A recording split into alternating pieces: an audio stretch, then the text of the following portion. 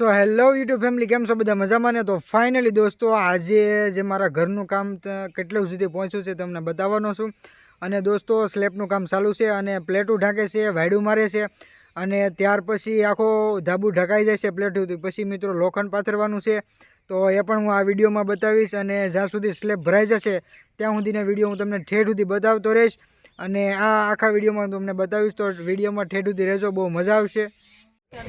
તો દોસ્તો તમે જોઈ શકો છો કે આપણા સ્લેબની માથે દોસ્તો જે આ ઉપર પ્લેટો પાથરવાની હતી તે દોસ્તો પ્લેટો પણ પાથરાઈ ગઈ છે. અને દોસ્તો તમે જોઈ શકો છો કે લોખંડનું કામ અત્યારે ચાલુ છે. અને જે આપણા આડા બીમ છે તે દોસ્તો જોઈ શકો છો કે ગોઠવાઈ ગયા છે. અને અત્યારે એક સાઈડની કામ બાકી છે, એ કામ ચાલુ છે અત્યારે તમે જોઈ શકો છો. તો હાલો તમને બતાવું કે લોખંડ આપણે કેવું વાપરેલું છે. અને પરેશ ડી બારિયા કન્સ્ટ્રક્શન છે આ, અને એવડે લોકો આપણે કામ કરે છે. દોસ્તો જો તમારે પણ કામ કરાવવું હોય તો આ છે પરેશભાઈના મોટા ભાઈ રમણભાઈ, તો તેનો પણ કોન્ટેક્ટ કરી શકો છો. અને આપણે રમણભાઈનો નંબર નીચે ડિસ્ક્રિપ્શનમાં આપી દઉં, તો ત્યાં જઈને કોન્ટેક્ટ કરીશો. તો હાલો હું તમને બતાવું કેવી રીતનું લોખંડ છે.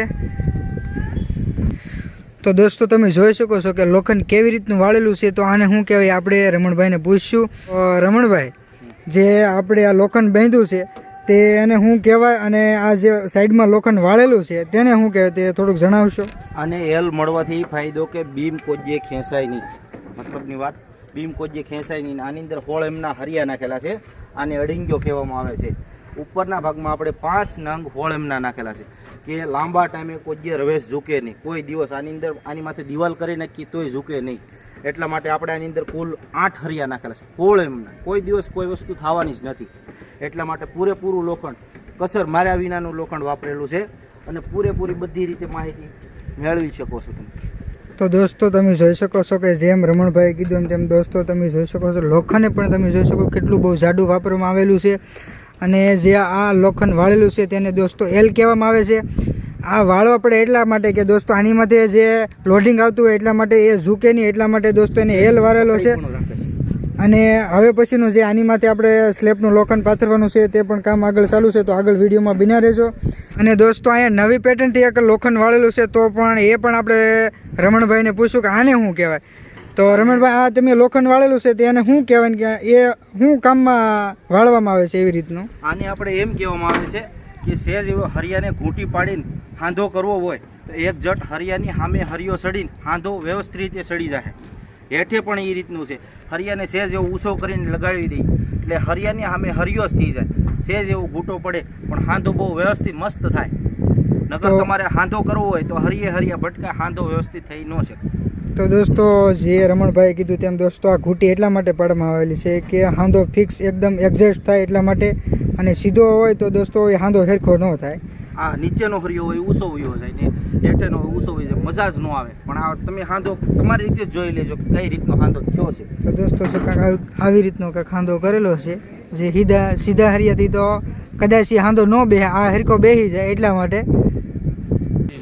અને દોસ્તો તમે જોઈ શકો છો કે આપણે હમ્માનો કાંઠો છે. અને દોસ્તો આપણે છે દાદા જે પરેશભાઈ અને રમણભાઈના પપ્પા. તો દાદા શું કેવું છે, કેમ છોકરા કેવું કામ કરે છે? કામ રેડી હોય, એમાં કામ મોડું નહીં કરવાનું, કામ બધું કમ્પ્લીટ જ કરવાનું, સારું મજબૂત. છોકરાઓને સલાહ એક જ આપવાની આવે કે આપણે ગમે એ ભાઈઓનું કામ કરવું હોય તો મજબૂત જ કામ કરવાનું હોય. તો દોસ્તો આપણે જે દાદા છે તે મિત્રો બધા જ ઘરના સભ્યો અહીંયા કામ કરે છે. ને મિત્રો જેમ ઘરની જેમ જ કામ કરે છે. તમારે જો કોઈને સ્લેબનું કામ દેવું હોય તો દોસ્તો અમારો કોન્ટેક્ટ તમે કરી શકો છો. નીચે રમણભાઈનો અથવા પરેશભાઈનો નીચે ડિસ્ક્રિપ્શનમાં નંબર આપણે આપી દઈશું, તો ત્યાં જઈને તમે કોન્ટેક્ટ કરી શકો. તો આગળ વિડીયોમાં તમે બન્યા રહેજો. હજી સ્લેબનું લોખંડ કેવી રીતનું પાથરે તે આપણે જોવાનું છે. અને આગળ બધા સ્ટેપ બાય સ્ટેપ આપણા વ્લોગ આવતા રહેશે. તો દોસ્તો ફાઇનલી તમે જોઈ શકો છો કે આપણા સ્લેબનું કામ દોસ્તો લોખંડનું કામ છે તે પૂરું થઈ ગયું છે. અને આ ખાનામાં તમે જોઈ શકો છો કે બધા આ ડોગલા બાંધી દીધેલા છે લાઇટના અને પંખાના. અને આ સાઈડ જે કાલે બાકી હતું આજે પૂરું થઈ ગયું છે. તો દોસ્તો થોડું કામ બાકી છે તે મિત્રો પરેશભાઈ આમાં આટા મારીને જોવે છે કંઈ બાકી છે કે નહીં. તો પરેશભાઈને આપણે થોડુંક જાણીએ કે આ કેવી રીતનું એને લોખંડ બાંધેલું છે અને કેટલા ગાળામાં. તો પરેશભાઈ આ આપણે સ્લેબનું કામ છે તે કેટલા ગાળામાં બાંધેલું છે? આપણે 5 બાય 6 સેન્ટર લોખંડ બાંધેલું છે.